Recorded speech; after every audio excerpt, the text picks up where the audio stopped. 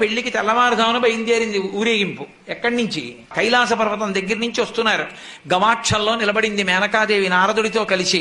ఒక్కొక్కళ్ళు వస్తున్నారు. అబ్బా వెలిగిపోతున్నాడు, ఆయనేనా మా అల్లుడంది. కాదమ్మా, సూర్యుడు దిక్పాలకుల్లో ఒకడు.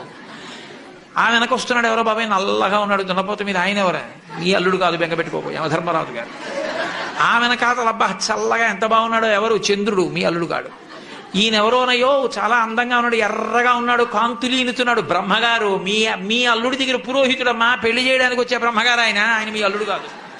ఓ అలాగా, ఇతనెవరో నీలమేఘశ్యాముడు, చాలా అందంగా ఉన్నాడు, శాంతాకారం భుజగచైనం పద్మనాభం సురీశం. అమ్మా, ఆయనకి మీ అల్లుడికి భేదం చెప్పకూడదు, కానీ ప్రస్తుత మీ అల్లుడు కాడు.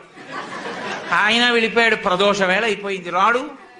వెడుతూనే ఉంది ఊరేగింపు. వస్తున్నారు మగపెళ్లివారు. అలా ఆఖరికి ఒక ఆయన వచ్చాడు. చుట్టూ భూతప్రేత పిశాచాలున్నాయి, ప్రమదగణాలున్నాయి, మధ్యలో దిగంబరంగా తాండవం చేస్తూ వస్తున్నాడు. అడగలేదు మేనకాదేవి ఆయన అల్లుడా అని. నారదుడే చెప్పాడు, ఆయనే మీ అల్లుడమ్మా అని మెట్లు దిగి వెళ్ళిపోయాడు. Download ShareChat.